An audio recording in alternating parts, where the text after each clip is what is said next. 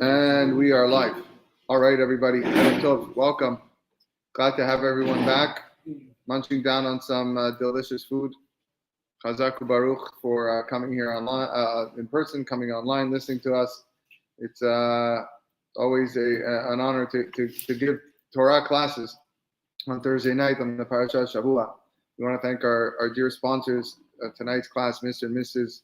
Maurice Buzaglo, sponsored the shiur in memory of his mother, Sir Buzaglo Zchonai Bracha. The words of Torah we say this evening, Parashat Tetzave, and as well Shabbat Zachor this week. Parashat Tetzave is known for a few things. Obviously, the main subject matter is that of the clothing of the Kohen Gadol. That takes a large part of the parasha. Beginning of the parasha is the commandment of lighting the menorah with pure olive oil. That's what we're going to spend most of our time discussing today. But it's also known to be the only parasha since Moshe Rabbeinu's birth, not to mention Moshe's name. This is the parasha where we don't find Moshe's name, although that it is hinted in a few places. But Moshe's actual name of Moshe is not mentioned. There are different reasons brought down to why Parashat Tetzaveh. So, of course, the reason why Moshe's name is not mentioned in the parasha actually takes place in next week's parasha, Parashat Ki Tisa, after the story with the golden calf. Moshe Rabbeinu was pleading with Hashem to forgive Am Yisrael for their sin. And he said, I need you to forgive me. If not, you're not going to do so, erase me from your book. Erase me from your book. That's what he says. And so Rav Ovadia Yosef, Zecher Tzadik Livracha, famously writes in the Sefer, Misifrecha is Misefer Kaf. You take Misifrecha and you divide it into two. It's Misefer Kaf, the 20th Sefer, the 20th volume. You look at the 20th parasha that we're in, is Parashat Tetzaveh. All right, and that's therefore it was already hinting. Misifrecha is Parashat Tetzaveh. I heard another answer that I want to share with you. Of course, Moshe Rabbeinu gave this on condition. But still, HaKadosh Baruch Hu says, the word of the Sadiq comes out. He's got to come through with it. But in Hashem's eyes, okay, let me see if I can delay it. So when it happened in Parashat Ki Tisa, he delayed it to the next week, Vayakel. And then after Vayakel, he delayed it to Pekudeh. He kept on delaying until he went all the way around the cycle. Okay, and the last opportunity he had to erase Moshe's name from the Sefer Torah is the parasha before Ki Tisa, which is Parashat Tetzaveh. And that's why this is the one of the reasons I saw why Moshe Rabbeinu's name is omitted. But I want to focus today on the beginning of the parasha.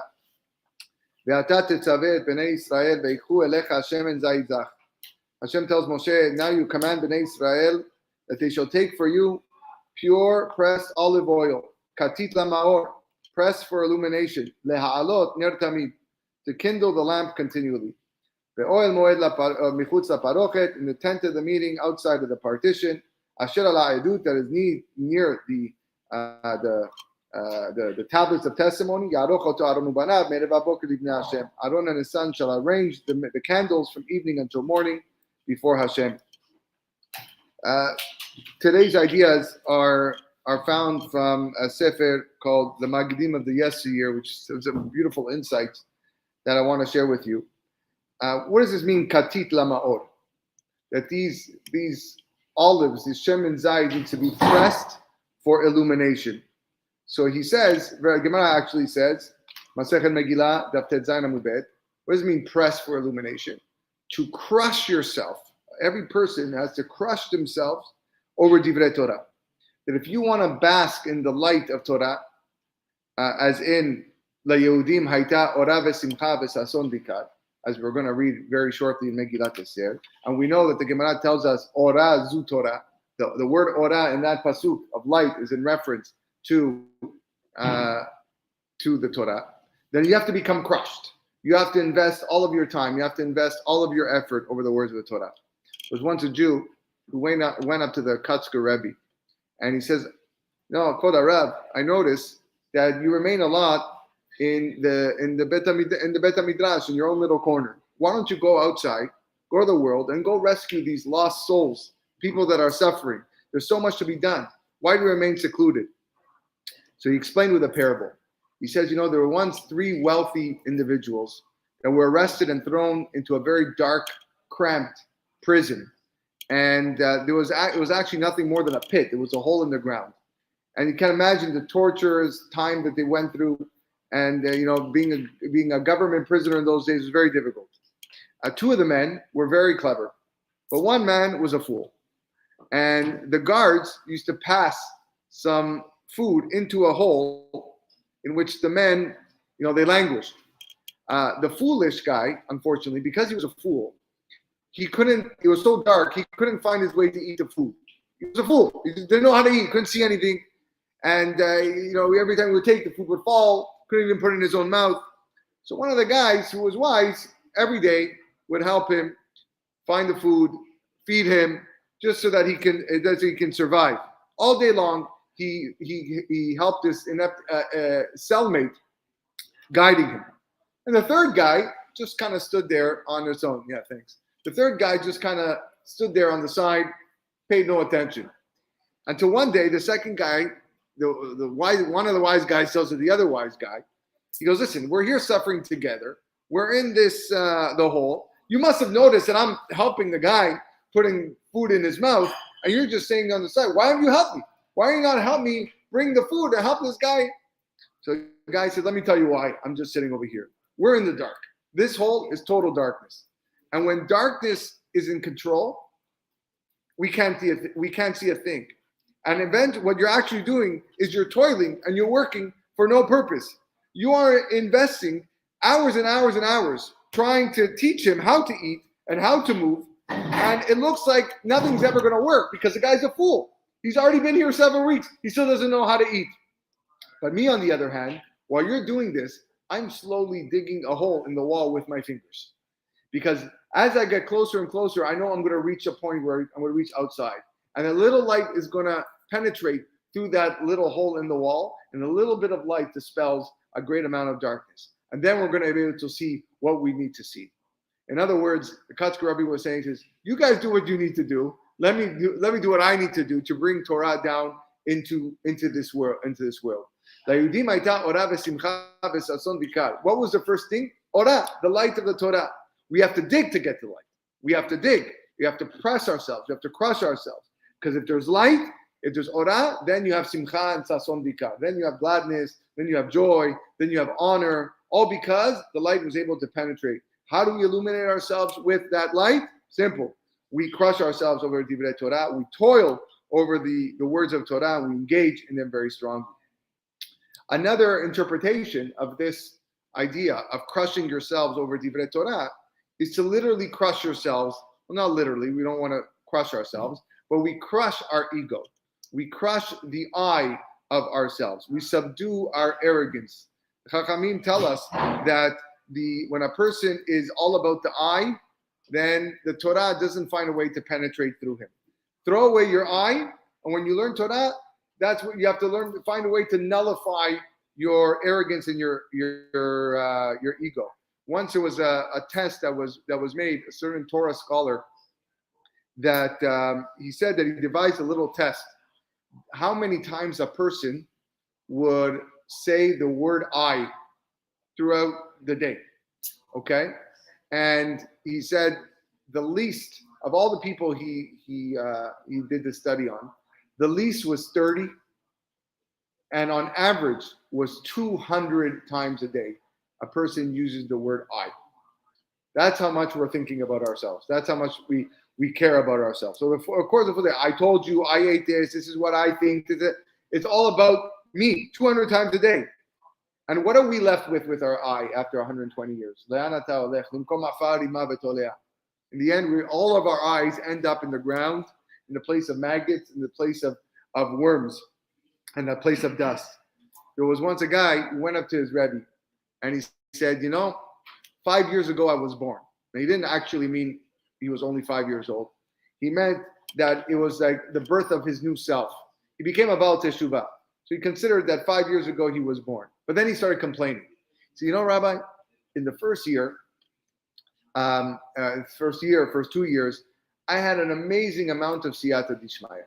God was helping me everywhere. Everywhere I looked, I saw God. In my job, my business, my family. I just felt like he was just guiding me. It was so amazing. The most awesome ways. Everywhere I turned, I had help from HaKadosh Baruch Hu. And then later, I just felt like I started to lose that siyata d'shmaya, that heavenly assistance. And I don't know what exactly went wrong. Well, what happened? Why did this happen to me? So the rabbi quoted to him a pasuk in Kohelet. The pasuk says, "Lo lachachamim lechem, lo lanevonim osher, v'gam lo layoda'im chen." Nor does bread come to the wise, nor does riches come to the intelligent, nor does favor come to the learned. The simple meaning of this pasuk is that the wise man doesn't acquire parnasa, he doesn't acquire bread more than the foolish one does, and that that many rich men are not very intelligent. So it's not the wisdom that brings a person bread. There's a lot of fools that made a lot of money. There's a lot of wise people that don't have money and that are starving. So okay. So he says the bread is not acquired through wisdom. So why does the text only mention the rich man? Why does the pasuk says lo lachachamim lechem lo nevonim osher? Why does the pasuk only mention the wise men? Sorry, are they the only ones that don't have bread? A lot of people that don't have bread. And he says they're the specific ones that lose out, because when a person is wise, we automatically tend to think that guy is able to go out and get money. He's wise. Yeah, go. You're smart. You're a business guy, right? You did well. You're a master's in business. So go out and make money. Well, why aren't you making money? Why don't you find bread for yourself? You seem to know how to manage on your own. Go ahead. Because the same thing applies to you. He goes, the same thing applies to you and your ruchniyut and your spiritual side of looking things. At the start of your rise to spirituality, when you first became Baal Teshuvah, you thought you didn't arrive yet. You were still on your journey upwards. What's there to explore? You still felt lacking. You still felt the need to connect to HaKadosh Baruch Hu. And as long as you thought that way, God was there to help you.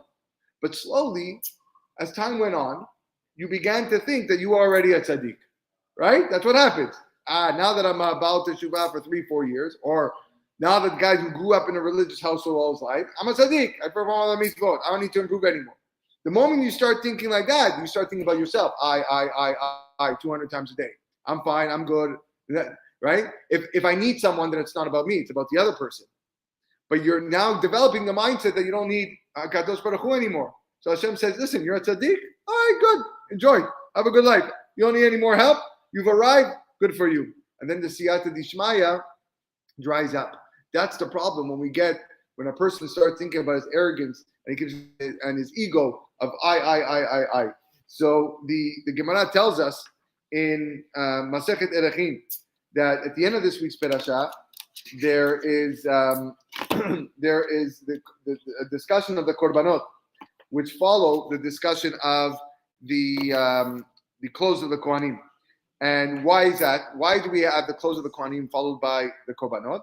The Gemara tells us because just like the korbanot are mechaper, atone, so too the clothes of the kohanim actually atone also. Something that we talk about in the avodah, the Yom Kippur. When we say the avodah, right? We talk about all the clothes of the kohanim and what sins they atone for. So the mitznefet was the hat of the kohen. It was the hat that the kohanim wore, not the kohen gadol, the kohanim. And what we say on Yom Kippur, brought down in the Mefarshim, that the mitznefet atones for arrogance. It atones for gova lev, which is having an ego. So Rabbi Hanina and Gemara says, let something that is high, the hat is something that is high, let something high atone for the feeling of height, which is arrogance. The person is haughty, he feels like he's at the top of the world. So now, this is a little bit surprising, says Rabbi Elimelech Bitterman. He says, you would think the opposite. You would think that the atonement quality for arrogance would be the opposite effect. Bring something low. I don't know, the shoes, right? Oh, you're arrogant? Yeah, think of the shoes. Are you really nobody? Why are we doing something high? If we're discussing the problem of ga'ava, of arrogance, and that the people of the Jewish nation felt proud and haughty, how does the mitznefet, which is worn proudly by the Kohen, bring atonement for the arrogance? So the Maharsha gives an answer to this in a Gemara in Masechet Zvachim, where it talks about that there's a segula, that if a person wears a head covering, such as a kippah, one of the reasons why we wear kippah and hats, is it brings humility to a person. So segula for humility. The Gemara Masechet Shabbat, Daf Kuf Nun Vav, says that the astrologers said to the mother of Rav Nachman bar Yitzchak, listen, we see in the stars that your son, he's going to be a ganav, he's going to be a thief. We see this in the stars. It's going to happen. So what did she do? She wanted to protect her son. She didn't want her son growing up to be a thief. So she had her son wear a head covering. And that, she would tell him, you cover your head, and you're going to have fear of Hashem, you're going to have Yirat Hashem, Yirat Elokim, and pray that the Yetzer Hara shouldn't rule over you. Now, he didn't really know why she was so worried about this. He was a good kid. But this is what the mom kept on telling him, make sure you wear your head covering. One day, Rav Nachman bar Yitzchak was sitting under a tree, and he was studying Torah. And a wind came and blew off his cloak that covered his head. It blew off his skin. Back then it wasn't kippot like this. It was like a scarf. Right? It blew it off his head. Okay. All of a sudden, the Yetzer Hara overcame him. He looks up and he sees that there's dates on the tree. He climbs up the tree like an animal, like a monkey, grabs the dates that aren't his, and starts eating the dates. And he stole. He stole from trees that weren't his. Right? So we see that indeed that head covering protected Rav Nachman bar Yitzchak. So it humbles a person before HaKadosh Baruch Hu. It saves him from the Yetzer Hara. And that makes people arrogant and haughty and free to do whatever they want. That's one way of saying. Therefore, the mitznefet, which was the head covering, okay, acted as that symbol as fear of heaven to protect the person and say, hey, there's someone in front, on top of you, kind of like why we have the kippah now. Keep yourself low. Don't be too arrogant. That's one way of answering the question.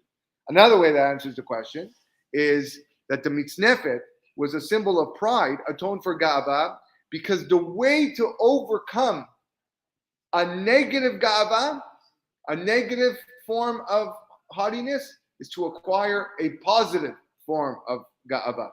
The pasuk says about Melech Yehoshaphat in Divrei Yamin, vayigba libo bedarchei Hashem, that his heart was elevated in the ways of God. So there is such a thing as gova lev, as arrogance, when it's for the sake of HaKadosh Baruch Hu. The Baal Shem Tov writes, why is it that Adam was the only human being that was created alone? All the other creations, okay, there was multitudes. But Adam, he was created by himself. So he says, because he wants, the HaKadosh Baruch Hu wants all his descendants to say that the world was created for me. Ha'olam nivra bishvili. The world was created simply, it was dependent on me. Because the Yetzer Hara is telling you, you're not worthy. You're not worthy to perform mitzvot. You're not worthy to serve HaKadosh Baruch Hu. And that's when you have to use ga'ava and fight him and say, no, I am worthy. I am worthy to be one of God's children. I'm worthy to be a servant, to serve him with happiness and as well with yirah. And the truth is, that's not ga'ava. That's actually the ultimate humility. People think that humility is, feeling low about yourself, feeling unimportant. The genuine humility is when a person actually believes that his tefillot are going to be are desired, and his Torah study is going to be cherished by HaKadosh Baruch Hu, and that he's important to Hashem. That realization is what's humbling. The awareness of Hashem's greatness humbles a person, and it's like a holy ga'ava simultaneous with actual humility. So if you look at the menorah, the main lamp of the menorah was the middle one.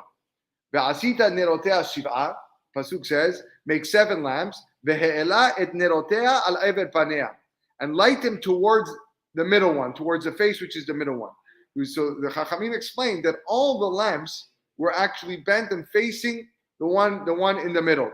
So see, the middle one was the most significant. The middle one was also the smallest branch. It had to be the smallest branch because if the other ones had to curve, that means it must have been taller than the middle one. So we see that's the reason. The middle branch is important because it represents this trait of being small, of being humble. The one who considers himself the smallest, that's the one who's considered the greatest. Of course, we don't have to mention last week's parasha, the dimensions of the Aron being all half dimensions. Okay, it was 2.5 amot long, an amah and a half wide, an amah and a half high. Because when it comes to Torah, when it comes to spirituality, you can never consider yourself to be complete. You're always half there. Always consider yourself half there. I learned the whole shasa, you're only half there. I learned every day of my life, chazak, but you're only half there. Because that brings you a sense of humility. The month of Adar that we are in now, The Chidushei Arim stands for Aluf Dar Rash. That Hashem, the Alufi, Hashem dwells with the Rash. He dwells with the humble ones. And among the traits of those people who are humble is Shom'im Cherpatam Ve'ena Meshivim. People who hear people disgrace about them, but they don't answer back. They prefer to avoid machloket rather than stick up for their honor. I know this is something very hard to do. Most people, if you're attacked, not physically, but verbally attacked, your automatic instinct is to defend yourself and to act in defense. Right? You talk to me about like that, but what about you? Look at you. And you start, this whole argument starts. But a person that is actually able to swallow, it's the meaning of swallowing your pride. That's where it comes from. I'm swallowing my pride. I'm not answering back. That is one of the highest levels that a person could reach. And it's mesugal for many, many yeshuot. There was once a yeshiva, Bet Midrash, in Lakewood that was built mainly because of one guy who did a lot of good fundraising. And because he did all the fundraising, he made the rules of the Bet Midrash. So he made a rule, and he insisted, no talking during tefillah. Okay, it's a good rule to have, no talking during tefillah. But each week before the reading of the Torah, he went up on the bima, he said, Rabotai, in this Bet Knesset, no talking during tefillah. Every single week he went up. Now, some people in the Bet Midrash, hey, wanted to talk, okay, I want to talk, they're whispering over there. I didn't appreciate these weekly announcements, right? You know exactly how it feels when someone says, you told me to talk, did not stop talking, and everyone starts getting upset. They didn't appreciate these announcements, right? And every week they would say, the guy would get up, say, Skoya, making fun of him, poking fun of him. And these jeers, it bothered the Gabbai, it bothered him. And but he kept on going. One week, the insults that were flying his way, it really, really got to him. They were penetrating him harshly. And finally, you tell us what to do. You tell us to be quiet. Just because you have a loud voice doesn't make you any better than us. We also have a loud voice. And he starts screaming back. The guy comes down from the bima. He's shamed. He's insulted. He didn't answer back. But at that moment, he went up to his dear friend. His name was Rav Aaron Deitch. And he went to Rav Aaron. He says, listen. He goes, in the merit of the shame that I just endured, in merit of that silence, Hashem is going to help you give a child. Rav Aaron went 17 years without a child. And he goes, I'm staying quiet because I want you to have a child. The following Shabbat, the Gabbai went up to the Bima and he said again, in this Bet Midrash, we don't talk, but he didn't have that koach anymore. He was still so insulted from the week before. A short while later, he decided, you know what, this place is not for me. And he went and he left the shul. But he kept up with his friends. One day, on the yard side of a very big tzaddik, Rav Aaron went up to his friend and said, listen, come with me to the kever of this rabbi. Okay, we're going to go pray. We're going to pray for children, a lot of yeshuot. But by then it was already 18 years after he got married. Me have children. Come on, like where we're going to go? He goes, come on, let's just go. So finally the guy agreed. He goes, I'm only going to go if you go back and make peace with the people who embarrassed you in the Bet Midrash. Now, it wasn't easy for a guy to go make peace. I don't want anything to do with that shul. But I'm going to go just for you. And Mamash, the story ends that 1 year later, okay, he had a child after 18 years because of the combination of 5 people. Father, Mother, God, those are the 3 partners in creation. The tzaddik, okay, and the Gabbai, who swallowed his pride, didn't fight back, and still went to make peace with the other people. A similar story, a family in Beitar who didn't have children for many, many years. The husband was involved in communal work. And once he was at a community meeting in Tzfat, and someone insulted him. Usually you get insulted when you're doing things for free. That's generally what happens in life, right? And community work, and he gets insulted. He was ready to answer back, but he said, you know what? I'm going to stop. He goes, actually, someone went up to him and said, don't say anything. I actually have a brother who needs a shidduch. In merit of your silence, don't say anything. Just hold yourself back. So he remained silent. 2 weeks later, the Bahur got engaged. Chazaku Baruch. But here's the second half of the story. The second half of the story, that the guy who stayed quiet, his wife heard what happened. And he said, I don't understand. You had the merit to remain silent, and the older Bahur became a Khatan. Why didn't you keep it for ourselves? Like, we need children. So why you give the zechut to the other guy? Keep silent and use that zechut for us to have children. He said, don't worry. There's going to be a time where someone is going to insult you, and your test is to remain quiet as well. And he said, not long afterwards, again, they were in Tzfat. They're walking down the street, minding their own business, and there's some rowdy, cruel, I guess maybe anti-religious people poking fun at them. And his wife began to cry in tears, like, you're making fun of me and my husband. How can you do so? And she thought that the husband thought that she was crying from humiliation. And I was I was ready to go fight back. Oh, you don't talk to my wife that way, and then scream right back at them. But he held his cool, and right away he said, "I kept quiet. Now's the time to pray." They prayed, and a year later they had a child. That's the power of a person that is able to retain, their pride and hold it in and swallow their pride. Be humble. It's katit la maor. It's crushed. You're crushing yourself. That's how you're zocheh to the light of Torah. And of course, the Torah finds itself in the most humble places. We've spoken many times about the water of the Torah that trickles down into the lowest places, and that's where it deserves to be. I want to pivot and go talk about something else connected to the pasuk. This is said in the name of Rav Shalom Shvadron. One of the most famous Jewish songs I remember as a child, which is actually a pasuk in Tehillim, is Hine Matov U'Mana'im. We grew up with school and camp. Hine Matov U'Mana'im Shevet Achim Gam Yachad. Behold, how good, how pleasant is the dwelling of brothers. Moreover, Shevet Achim Gam Yachad, in unity together. So Rav Shalom Shvadron asked students in the yeshiva, what do you think David HaMelech meant when he said this pasuk? So some of them wanted to say, friends, they come together at a wedding, the bar mitzvah, they eat a little bit, they sing a little bit, Hine matov u'manayim. Look at the story that he told over. Of course, Rav Shalom Shvadron was known as the Magid of Yerushalayim.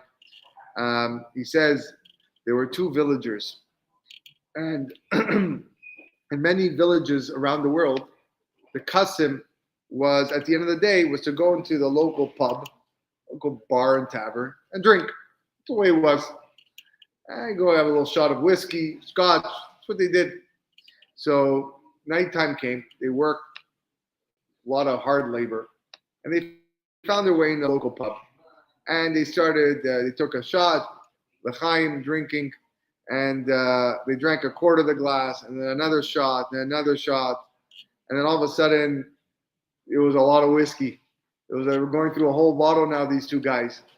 One of the villagers turns to his friend, looks at him, and he says in a drunk voice, "Hey, friend, do you love me? Do you love me?" And the guy says back, "Sure, I love you." Boom, and he drinks again. And then the first guy looks at him and goes, "But do you know my troubles? Do you know what I'm going through in my life?" And the guy goes, "No, I don't know what's going on in your life. So how can you say that you love me if you don't even know what I'm going through? You don't have any idea of what's worrying me, of what's going through my mind, what's going through my head. You don't have any idea of why I can't sleep at night. So how can you say that you love me?" This mashal really pierced the hearts of the Rebbe and the people listening. There's true words that he wanted to understand. How can a person be called an Ohev Yisrael, a lover of Israel, without actually knowing what our friends are feeling? Shevet Achim Gam Yachad, brothers dwelling together. At the very least, if you're living together, if you're connected with each other, at the very least, know what your brother is feeling. Know what he's going through, what's troubling him. Sense the pain of his heart. Understand what's on his mind. That's the minimum requirement for Shevet Achim Gam Yachad.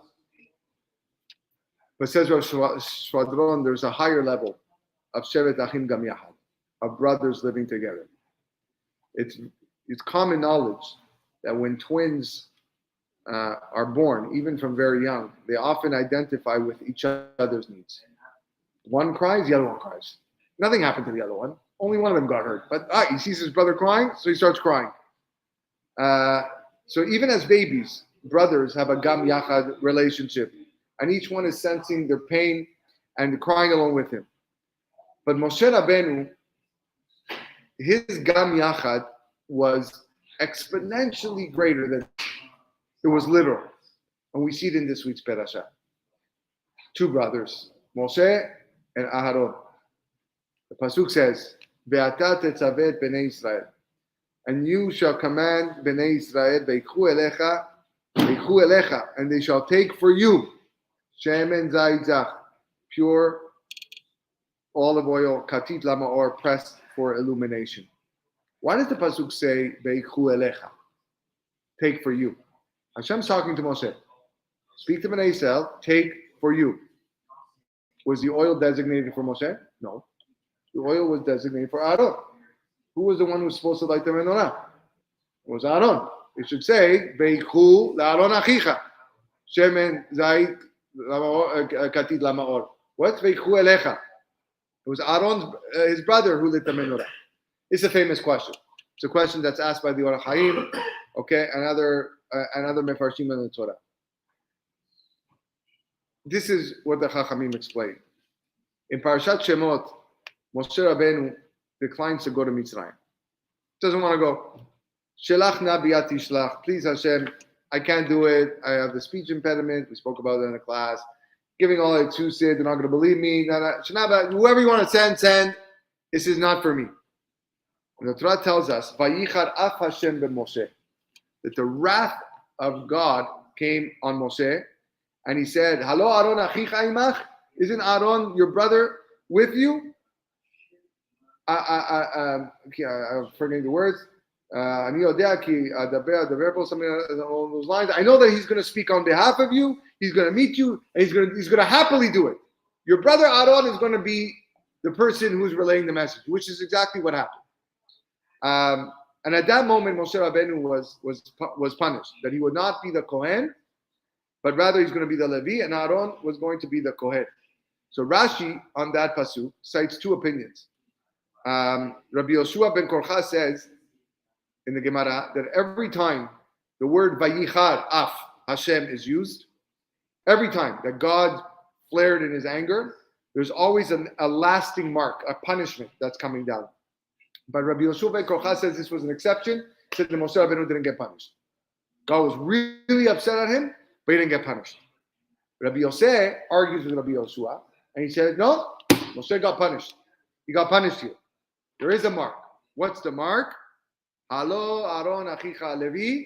Your brother Aaron, who was a Levi, no longer is going to be a Levi. He's going to be the Kohen. You were meant to be the Kohen. You lost the priesthood as a result of this. I intended that the Kehunah would come from you, but now it's not.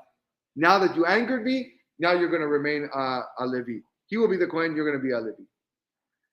So Shelach na beyat tishlach, that statement by Moshe was he got punished and he lost the Kehunah to his brother Aharon. What was Moshe Rabbeinu's response to that? How do you react? Oops, I made a big boo-boo. Right? What do? Your brother now is the guy who is serving HaKadosh Baruch Hu in the most amazing ways possible, and not you, and knowing that it could have been you. Let's look at those three psukim in Tehillim. Hine matov uma naim shevet achim gam yacha. Again, behold, how good, how pleasant is the dwellers of brothers, moreover in unity. Keshemen hatov al haros yored al zakan. Like the precious oil upon the head, running down upon the beard. Zekan Aharon, like the beard of Aharon, sheyored al midotav, running down on his garments. Ketal Chermon sheyored al harere Sion. So too does the dew of Chermon descend upon the mountains of Sion. Who were literally Gam Yachad together? Moshe and Aaron. What does it mean? Keshemen hatov al aros yored al zakan, like precious oil running down upon the beard of Aaron. This is the oil that Moshe Rabbeinu used to anoint Aaron, and that oil ran down his face to his beard. Now, why is the word zakan mentioned twice in Tehillim. It says, Keshemen atov ala rosh yored ala zakan, and then zakan Aharon. Why is it mentioned twice? Just say ala zakan. Okay, we know it's Aharon. Aharon didn't have two beards; he had one beard. So Midrash tells us the first mention of zakan is Moshe's beard. The second one is Aharon because it says zakan Aharon. Where's Moshe's beard? Where's it tell us? Chachamim explained that when Moshe was anointing Aharon to be the Kohen Gadol, to be the priest, and the oil was running down Aharon's head, down to his beard, Moshe grabbed his own beard with a sense of actual physical pleasure as if he was the one that was experiencing this phenomenon. He was totally, intensely involved in this, that he was grabbing his own beard, and he felt like the oil was coming down on his beard. And Moshe Rabbeinu, when he realizes, he was afraid that he misused the oil, the Shemen HaMishcha. There's something called Me'ilah. Me'ilah is a sin to misuse holy objects. So Moshe Rabbeinu was worried, maybe by me going like this, I'm so connected, that's how involved, that's how happy he was for his brother, that he actually thought he was misusing oil. That wasn't even on him. But that's the enjoyment and the pleasure that he had. That's how Moshe Rabbeinu felt about his punishment. He didn't sit in the corner to mope and complain and say, this is not fair. I'm starting my own shul. I'm starting my own religion. I'm getting out of here. Who is he to start? No. What about me? No. I'm here. This is what he felt. He anointed his brother, something that was taken away from him, and he was so happy. He was so filled with pleasure in his brother's happiness that he thought he was committing Me'ilah. And that's the meaning of the pasuk. Keshemen atov ala rosh yored ala zakan. It was Moshe's zakan. It's unbelievable.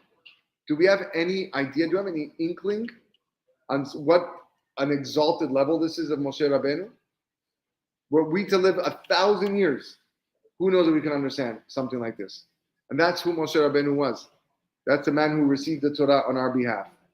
Because Moshe Rabbeinu was concerned that maybe he transgressed Me'ilah, HaKadosh Baruch Hu told him, don't worry. Ketal Chermon sheyored ha'arei Sion. So too the dew of the Chermon descends on the mountains of Sion. Just like the dew on Har Chermon does not constitute a misuse of a holy object, neither you didn't do anything wrong with your oil of anointment. What is the Chermon? The Chermon is a tall mountain in the northern of Israel, okay, that people go skiing on because there's snow and ice on it all year. All right, and a reference to dew falling in Yerushalayim or in Tel Aviv or in Haifa, maybe that has some meaning. But what sort of impression does dew make when it lands on the snow of Chermon? Why do I care that there's dew on the mountains of Chermon? Hashem said to Moshe Rabbeinu, that's exactly the point. You're worried because you experience physical pleasure, but you have no body. You are so holy at this moment, Moshe.